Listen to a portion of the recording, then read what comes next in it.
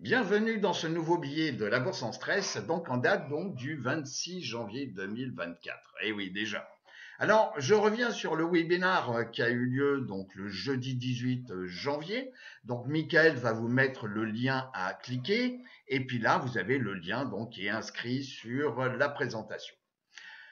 Bien entendu, quand vous réussissez, quand vous embêtez les gens, donc il y a un risque effectivement, et ce risque, nous l'avons rencontré, donc on a appris maintenant à mieux gérer donc le logiciel Zoom, et puisque nous avons eu affaire à deux hackers qui se sont amusés à perturber donc ce webinaire. Alors donc, vous verrez comme quoi ces éléments perturbateurs se sont amusés à gribouiller machin truc. Mais enfin, en tous les cas, c'est pas très intelligent et donc je leur souhaite en tous les cas bon vent. Alors, où est-ce que nous en sommes donc le 26 janvier 2024? Alors déjà, le VIX, nous sommes toujours à des niveaux bas, hein. Donc, pour les vendeurs de primes, c'est pas la bonne saison. Voilà. Le SP500, vous voyez, donc déjà, ce qu'il faut dire, c'est que le SP500, on vient de faire depuis le début d'année, ce qu'on appelle YTD, voilà, 5 nouveaux plus hauts d'un an, historique en plus, 5 fois. Bon, le marché il pousse hein, quand même. Le pétrole, donc, il végète, il a remonté un tout petit peu, mais voilà. Non, par contre, on se retrouve au-dessus de la moyenne mobile, donc 200 jours, mais la 200 jours est au-dessus de la 50. Bon, c'est aussi un avantage hein, en termes de compétition, donc, et en termes de tarifs, d'avoir un pétrole qui est un petit peu maîtrisé. Le secteur de l'énergie, donc vous voyez comme quoi on se situe entre la 50 et la 200, ok. On est donc sous la 200D et on a 84,25 pour clôturer dollars, hein, pour clôturer la semaine. La technologie, eh oui, la technologie. Donc on est à 201,75 et on est sur les plus hauts historiques. Donc et on l'a dépassé le 25 donc janvier.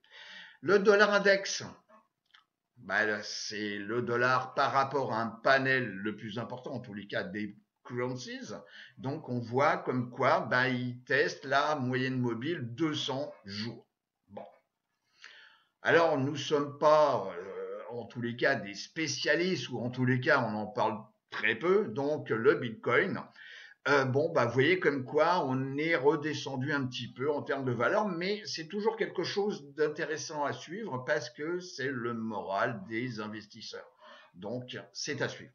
Et puis l'or, on est encore une fois de plus sur un niveau de résistance. On est à 187 dollars. Et tant qu'on n'aura pas confirmé donc la cassure de cette résistance, pour l'instant, on va laisser passer le temps.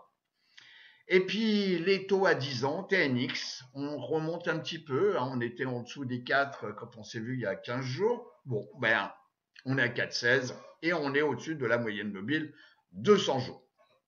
Alors je vous ai mis là quelque chose d'intéressant à suivre, puisque tout le monde a parlé, hein, vous voyez, en plus on vous le répète sur les radios, les télés françaises, voilà, bon, les véhicules électriques. Bon, eh ben, donc là, je vous ai mis une liste.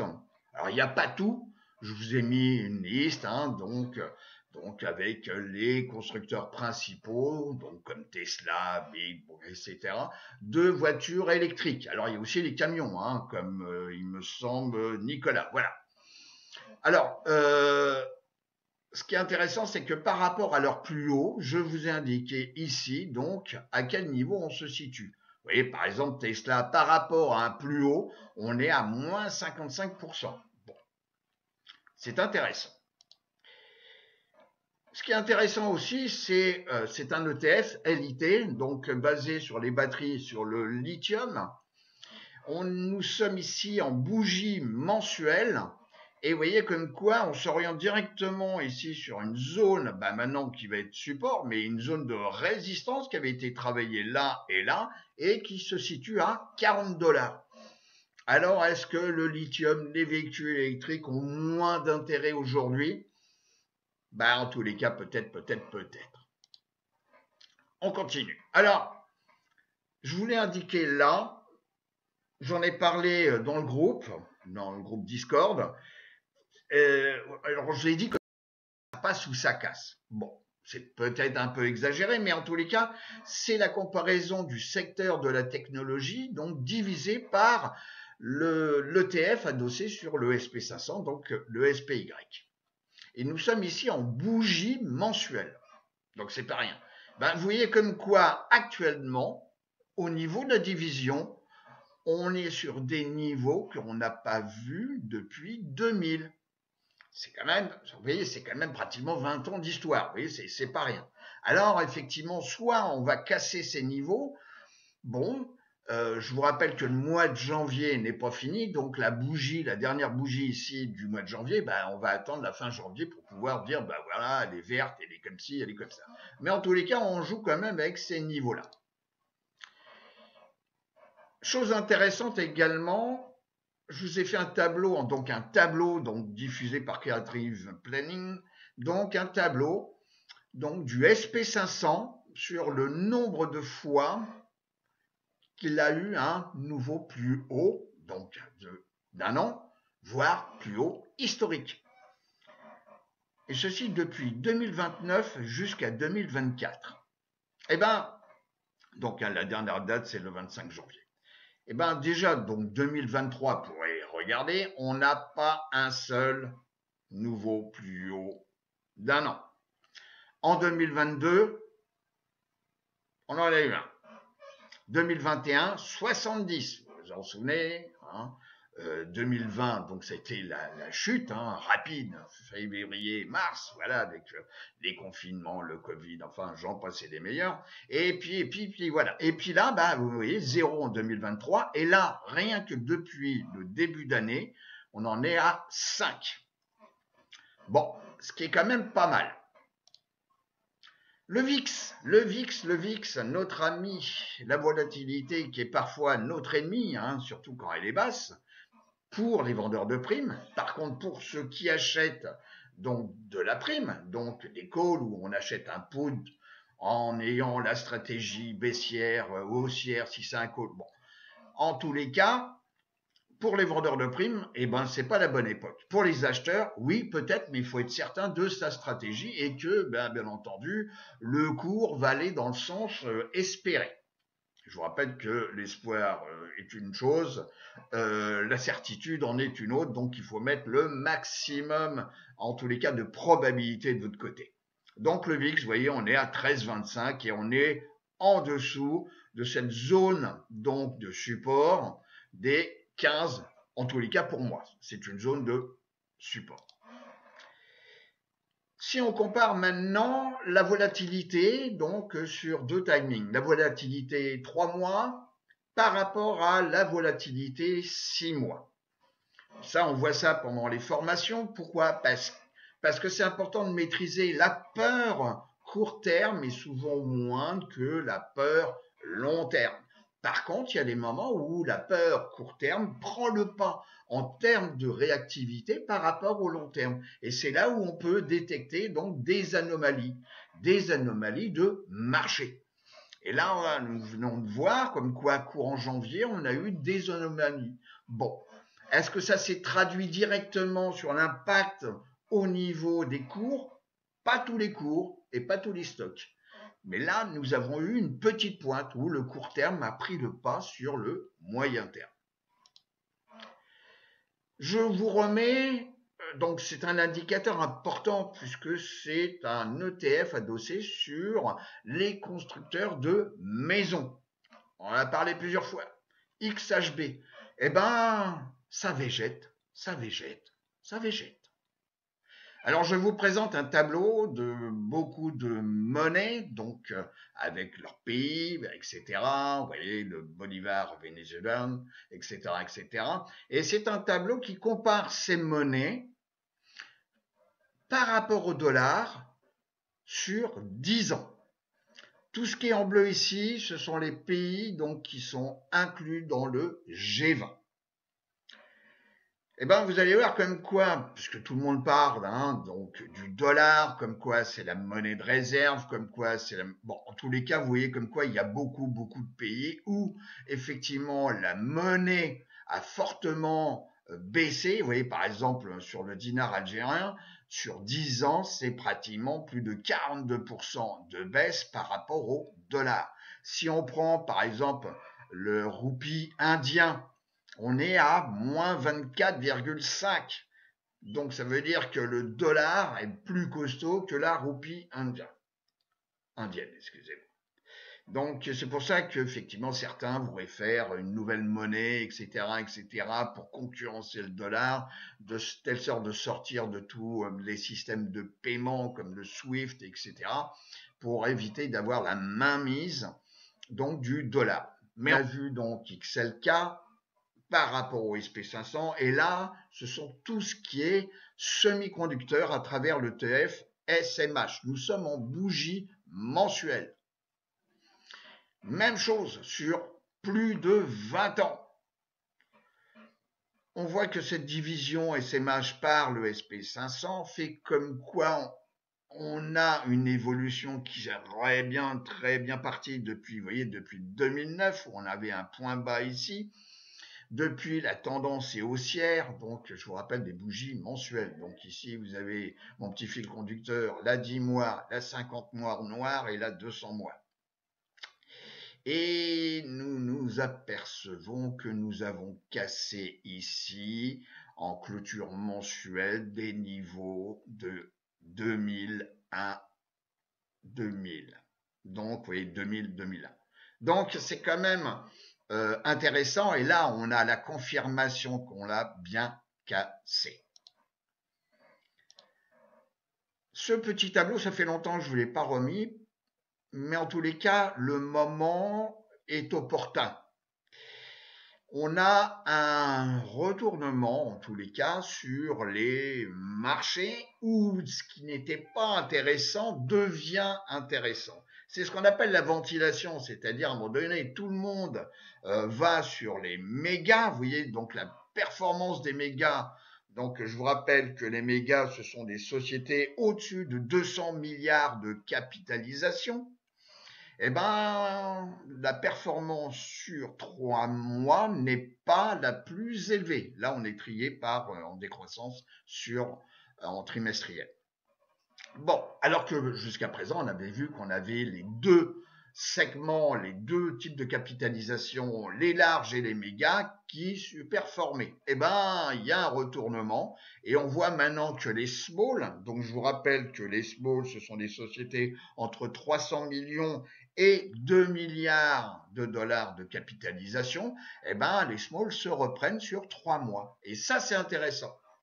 Ça veut dire qu'il y a une certaine confiance dans les marchés, en tous les cas le marché américain, et on retrouve donc les small, les micro, les middle, ok, d'où la réaction aussi de IWM, qui est l'ETF adossé sur le Russell 2000, 2000 entreprises purement américaines, donc c'est le reflet de l'activité américaine, et ben en tous les cas tout ça c'est un petit peu positif.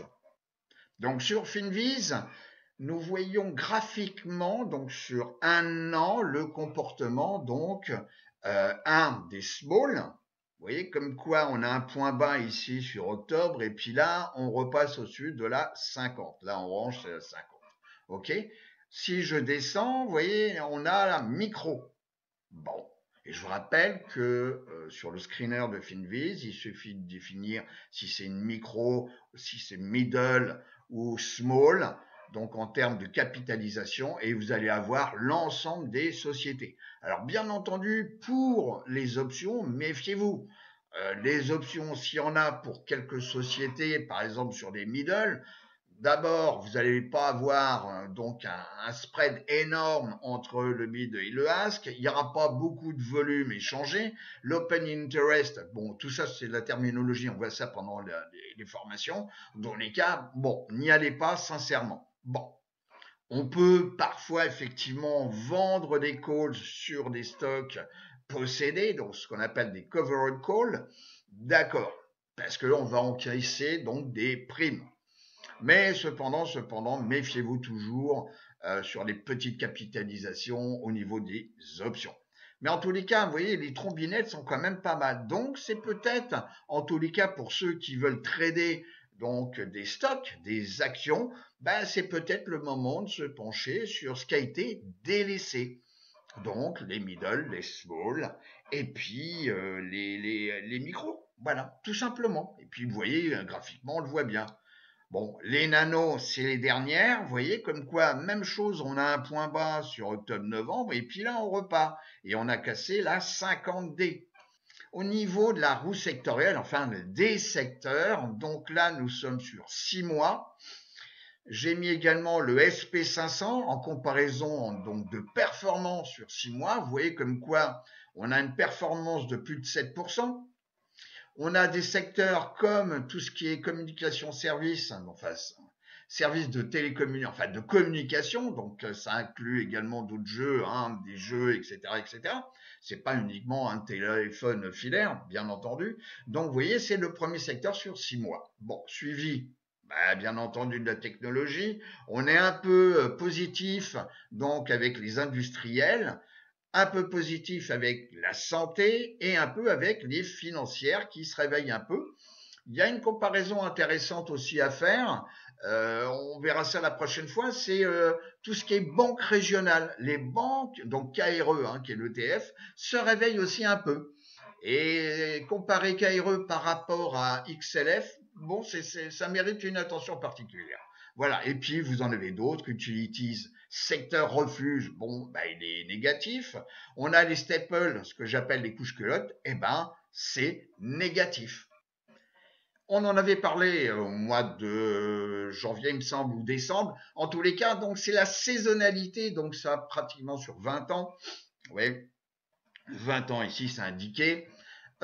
Donc, pour les belles opportunités, par exemple sur le SP500, voilà, je veux, par exemple, trader le SPY et l'ETF, pas l'EDF, excusez-moi, l'ETF adossé donc au SP500, et on voit la saisonnalité, et puis on voit que mois de janvier, février, etc., bon, ce début de mois, mais c'est à partir de vers la fin mars où, voilà, il y a une réaction. Bon.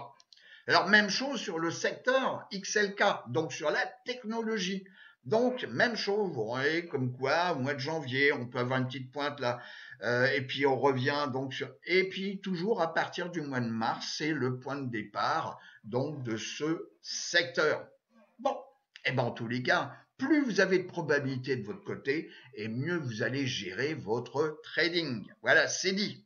Vous avez un site qui s'appelle invested.com, donc très intéressant, et j'ai préparé un screener, donc vous avez un screener, donc ici, donc dédié un petit peu pour ceux aussi qui font des options, puisque c'est le but de cette chaîne, et donc j'ai mis par exemple, capitalisations à partir de 5 milliards, voilà, on a un prix au-dessus de 1 dollar, alors on peut mettre 5 dollars, on a des volumes moyens forcément au-dessus de 100 000. C'est hyper important parce qu'on va le retrouver également sur le comportement des options.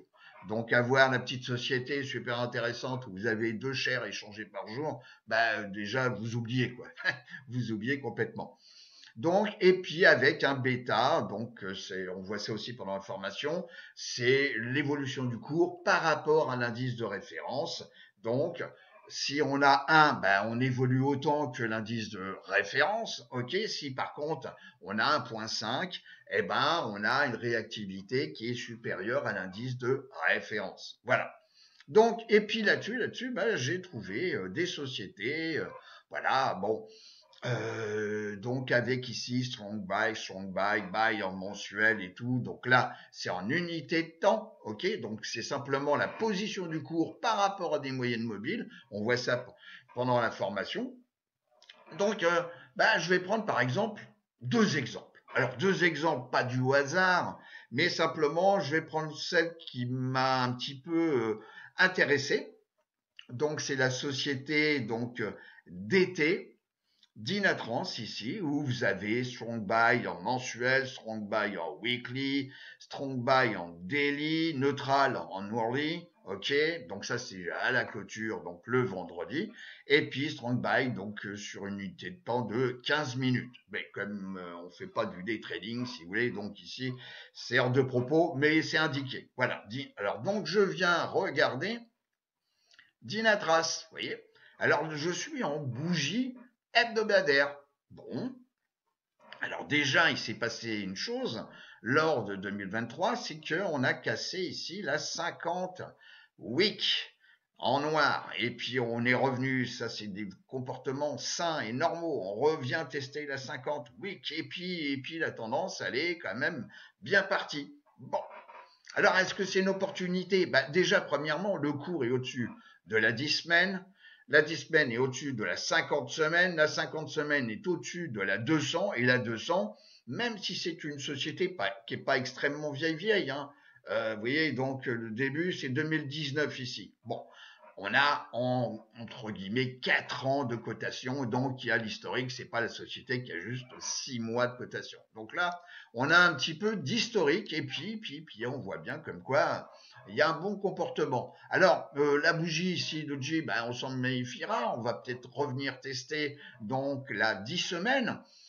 Je n'ai pas la boule de cristal, je viens ici en one day. Bon, vous voyez, bon, on va peut-être revenir tester, peut-être ici la 50D. Allez savoir. Mais il y a quand même une belle opportunité pour cette société, et ça concerne aussi bien pour le stock. On achète un stock, par exemple, et puis on vend des covered calls.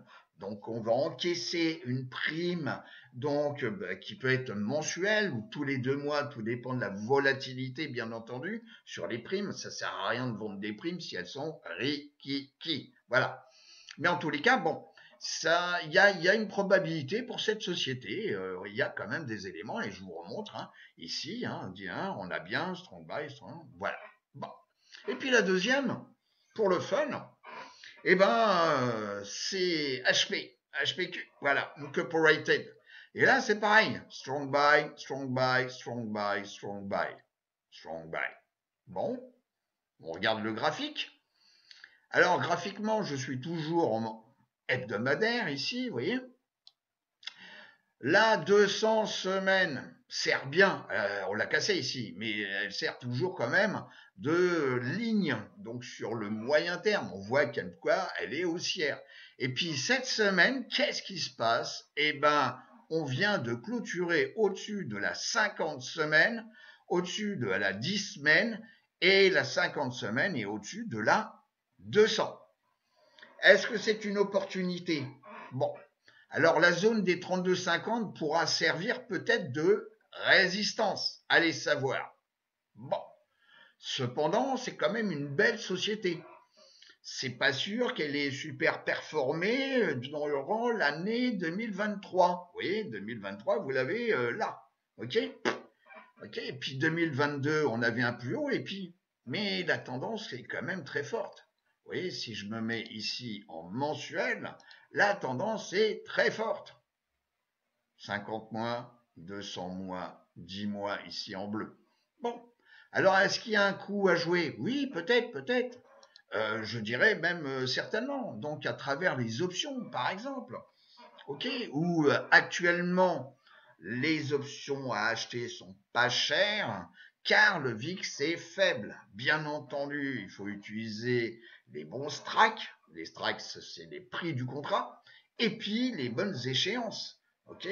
Bon, j'ai pas acheté quelque chose, j'ai pas acheté une assurance pour ma voiture sur 15 jours ou 3 semaines, vous voyez. Donc, non, je vais acheter quelque chose de plus conséquent en termes d'échéance pour éviter une chose. On voit ça pendant les formations, c'est l'érosion du temps aussi, qui est très important. Donc, sur la cotation, le cours d'une option. Voilà. Donc, vous voyez comme quoi ce petit screener, il est fort. Alors, bien entendu, hein, au total, il y a 47 sociétés qui répondent à mes critères, et puis elles sont pas toutes comme ça, hein, mais là, elles sont triées par strong buy donc sur le weekly. Bon, ça aussi on verra ça donc durant la formation, l'usage de ce logiciel, enfin cette application qui est extraordinaire. Il n'y a pas un seul produit européen de ce niveau-là. Vous voyez comme quoi on a vu TradingView, Stock Charts, Investing, il y a plein de choses. En Europe, il y a 0 balle. Alors je reviens là-dessus. Donc, moi je vous conseille, c'est de regarder donc de nouveau ce webinaire. Donc voilà, pour la formation, et je pense qu'on va refaire un nouveau webinaire. On évitera bien entendu de se faire surprendre par des malotrus, mais en tous les cas, voilà, bah, on s'est formé, et puis voilà, on était peut-être trop gentils, et puis on pensait comme quoi les gens, bon, bah voilà, on s'adressait à des gens intelligents. Bon, bah la vie parfois nous déçoit, voilà, simplement.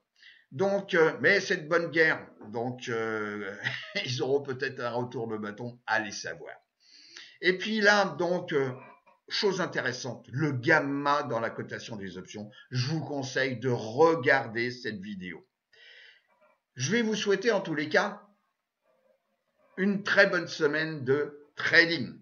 Je vous dis à très très bientôt. Au revoir les amis.